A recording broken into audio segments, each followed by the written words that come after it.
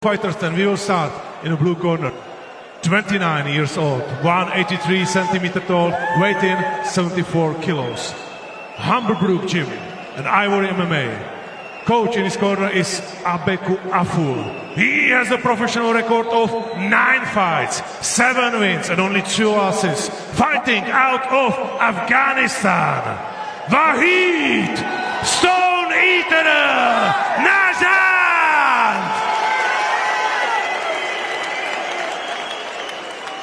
Across the cage in the red corner, 30 years old, 183 centimeter tall, 74 kilos, All Sports Academy ASA. Coaches in his corner are Patrick Insel and Lukáš Kotěnovský. He has a professional record of 14 fights, 9 wins, 7 KO, 1 no contest and 4 losses. Representing Neruda Cup team, Goldfingers, and fighting out of Czech Republic, number 4 lightweight ranking, Octagon MMA, Jakub Jacob B. Bahník.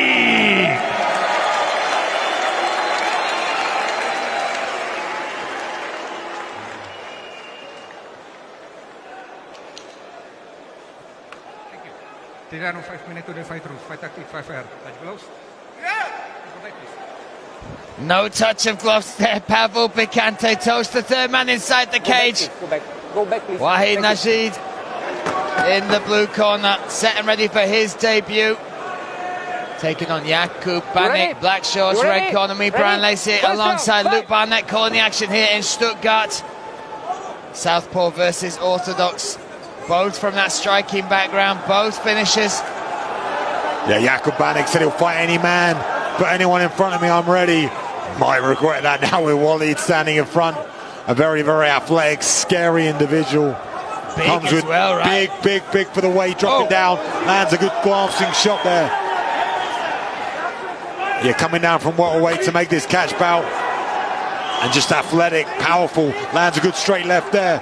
Banik normally the one pushing people back with those power shots. Needs to be careful, Wahed. Doesn't want to be overzealous. Gets caught with a good, fast left hand. And the Stone Eater eats another shot. Big shots! Banik has got him in trouble early here. Switches to the tie clinch and throwing shots right in front of him. Lands again. Jakub Banik piling on the pressure. Nژend still on wobbly legs, now looking for the takedown and gets it, Luke. Intelligence there from Nژend. Got rocked multiple times and somehow survives, gets that double leg. Again, people misunderstand Banik when they see him physically. There is something about the way he hits you that is different. And speed, straight through the middle there with that left hand. Speed, fast, landed, accuracy. Now looking for the armbar from the bottom. Haven't seen Jakub on his back much. Going to be interesting to see what he possesses, but making the right shapes, moving well. Nice little elbow as well from the bottom. Wahed overexerting, trying to pass round. But Wahed in survival mode early on, done well to get the takedown, fully committed to that, really did have to make it happen as well. Oh, big elbow. Solid shot from the man from Afghanistan.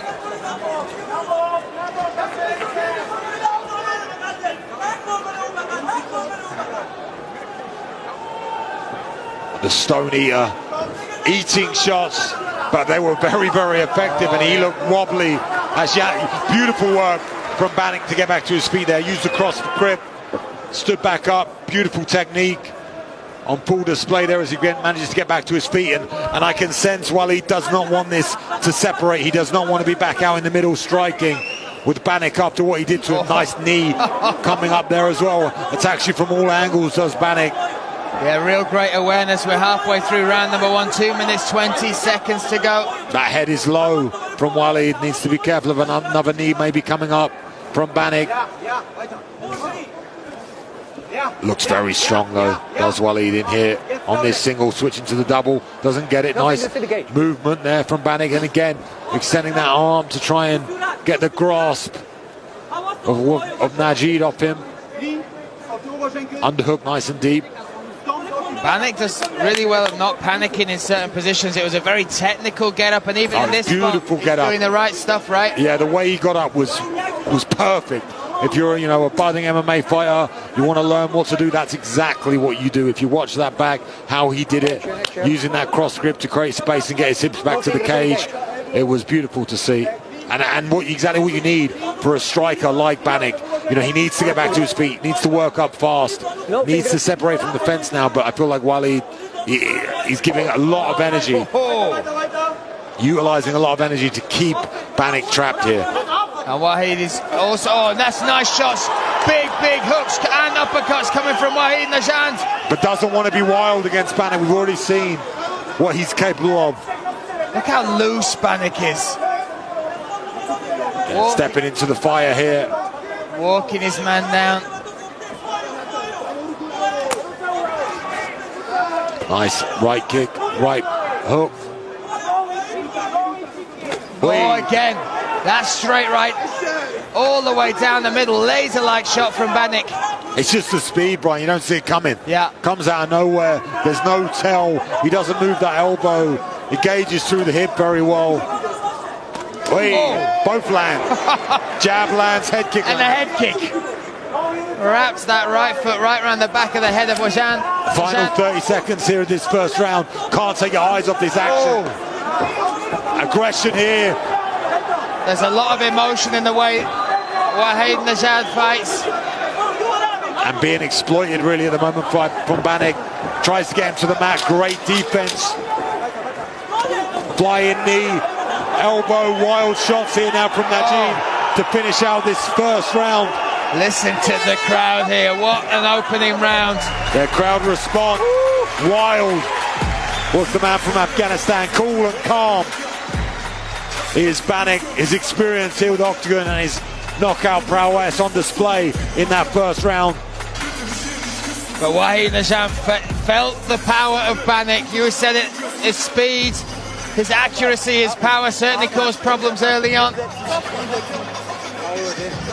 Yeah, and Nژend as well, using a lot of energy in that first round. He really went for it with everything and didn't get great results, to be honest.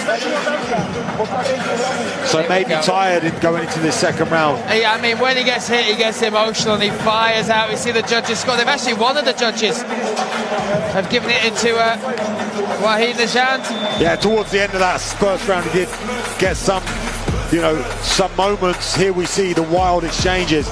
Just misses there. And here's that jab and head kick exchange.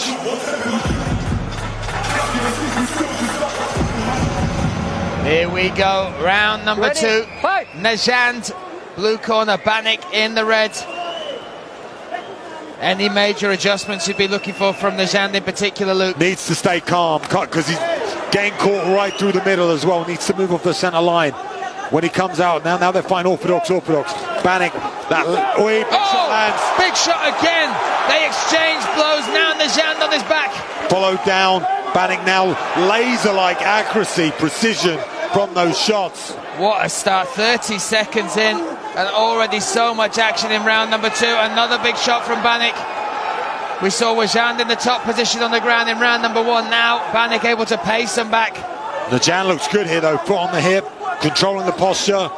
Oh, nice little pass there, or shift of weight. Gonna maybe go for the knee. Oh, he's looking for the leg lock. Looking for the leg lock. Going for the ankle, or maybe just gonna use it to get on top.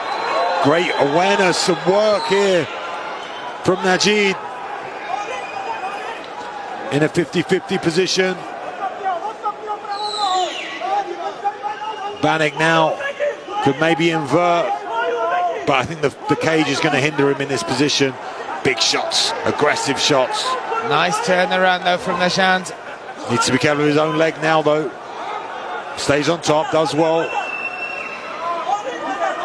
Needs to be careful, doesn't give up his back. Oh, looking for the Americana. Oh, look at that. Gets shocked off. As soon as there was any space, urgency from Banik. I feel like both men, but specifically Walid is going to tire now in this second round. This is a very, very high pace.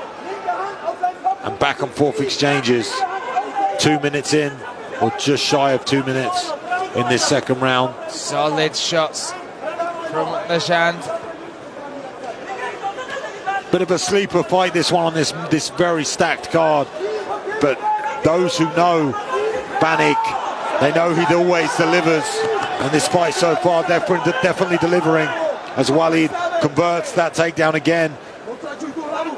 But great cross grip with that left arm is going to allow him to stand back to his feet. Going to try and take the back or get that one hook at least. Is Walid as he tries to stand. He falls off. He slips off. He slips off. That is a mistake he might regret. Goes through the back door. Deep half guard, gives up on it. And again, Wild, man. It's Wild on the feet, Wild on the ground. A little bit of blood from the right side of the cheek from Nژend. That right hand of Banik's the one you got to watch, especially when he's in that southpaw stance. Better head movement, or movement in general there from Walid. Yeah, Matador-like as he just stepped to the side, let that momentum of Banik's take him by.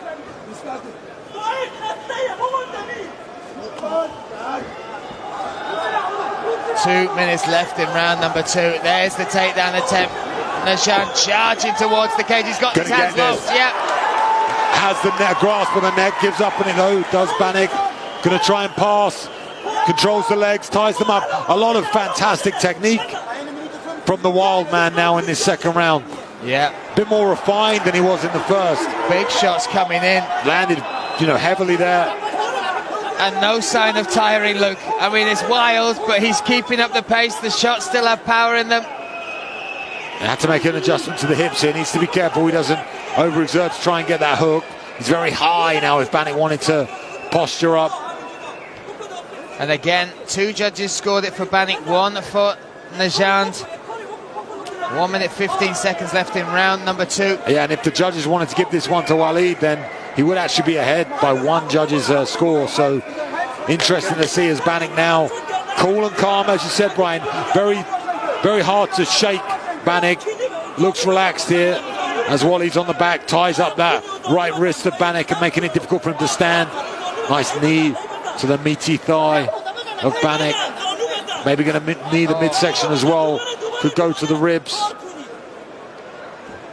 Really imposing his size, right? And he is a welterweight when he fights, usually cut down to 74 to take this opportunity against Banik. Feints that knee, goes to the body. Banik resting here, maybe just taking a breath. It's been a non-stop Action, guys, action. back and forth. I mean, the referee wants more action. Final seconds. Oh, he's trapped the arm as well there. Trapped the arm, but I feel like that might work in Banik's favour. If Banik wants to shut, he'll be able to come backwards. Gives up on that though. Just going to end the round out here with some nice big shots and good control. 2 rounds in the books. Going to be interesting to see how the judges had that one. It was a close round, but Walid had the control in the final minute and landed those little shovel shots. Yeah, that makes it extremely interesting to see how those scores are going to drop in and what that leaves us, the lay of the land as we enter round number 3. Nژend just got helped to his stool off the ground. Looks tired, but the pace of the fight, he's bringing it, Luke. There has been no fade in the damage he's trying to cause. Yeah, looked tired, but has not shown it when he's fighting. So maybe just in deep recovery stage in between rounds. But yeah, you haven't seen it in the fight so far. Here we see the opener. He get caught there with a nice left hand, rocked and dropped. So if the judges remember that big moment early on, almost got finished here, but then went for the leg lock, I believe, at one point, and then manages to end on top. It's going to be, here we see the scores. 19-19 on 2 judges, and 1 judge has Banik ahead. So that sees him by 1 judge's scorecard ahead, stepping into round number 3. Final round indeed, off we go. All to play for here in this third and final. Neither man making it easy. And we talked about the composure of Banik, but at some point you want to see some urgency, right? This is a close fight. Yes, he's ahead on 1 judge's scorecard, but this guy's stepping in. He's the number 4 ranked lightweight. Well, and he's shown why a few times, but I feel like if he went for it, he never misses. Every time he throws a shot, the precision's perfect, but he's always the second to go, and he's almost playing to the rhythm of the drum that is Walid. So I'd like to see Banik try and push the action and start the fight rather than just going when Nژend wants to go. Even here you see both of them just looking at each other, waiting for that moment. I'd like to see Banik try and create his own openings. Almost 1 minute gone in this in the final round, I should say. Like you said, just staring each other down. A lot of energy exerted in the first 2 rounds, so taking their breathers. All to play for here in the 3rd round. Southpaw stance now for Nژend. Oh, nice teep to the midsection there from Banik. Really buried those toes into the liver. Switches and back. I feel like it works to the advantage of Banik when he's in the southpaw stance, because that right hand is just there whenever he wants it. But going in and out now, controlling the distance well, is Nژend. Intriguing fight, this one. Can't take my eyes off it for a moment. And it is hanging by a thread, right? Oof. And I feel like Nژend's calm, that maybe it's a cardio thing, but has become much more precise and relaxed. The first round was wild and got punished for that. If he came out like this in the first round, it might be a completely different fight.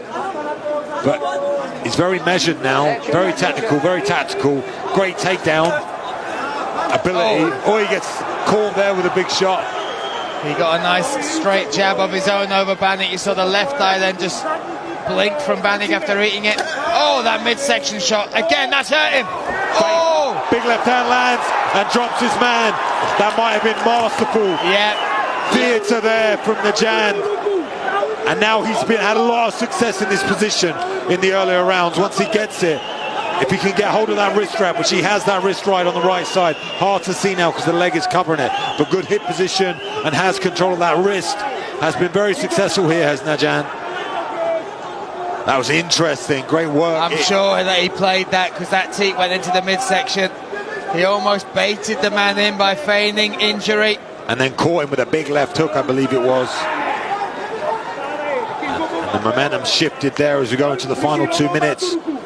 If Banik cannot free himself here or make a big impression, that moment, you know, could sell it for the judges as he tries to pull him down, gets him down to the mat. Good work though again from Banik to find that turtle. Gives up one hook though. Needs to get that left hook now, does Nژend, on that left side, the cage side. Needs to be careful he doesn't have his hips too high. Banik frees the legs now. Can maybe stand back up. But Banik, this is where we need urgency, right? We talked about composure, but now you cannot sit in this position. 2 judges have got it all square. One judge has got it 2 rounds to Banik. Trying to almost set up that bulldog choke. Or rear naked from the side. That doesn't quite get it. Was trying to punch that arm through. Big shot underneath the armpit here. But this is where, you know, Nژend has been very effective. And like you said, we need some urgency from Banik now. Final minute might give us that final minute call from the corners. Might help him. Maybe going to try and set up a side choke here. Yeah, maybe work it round. He's trying to feed that onto the bicep. That would be crazy. No, he's let it go. And that's given Banik the opportunity to get back to his feet. 45 seconds left. Going to try and use that leg to reap him out and get this takedown. Gives up the position. Full mount now for Banik with 30 seconds on the clock. What a moment. High drama right now. That could have cost Nژend the fight right there. If he can use the fence to maybe try and shuck out. And he does. He does. And ends on top. Listen to the crowd. Country of Germany is where he's made his home. 10 seconds remain, Brian. No idea how the judges have this one. It is a very close affair going into this 3rd round. Either man, good pass from Nژend. There we go. And somehow Nژend survives the 1st round. The onslaught from Banik. Those beautifully placed straight shots.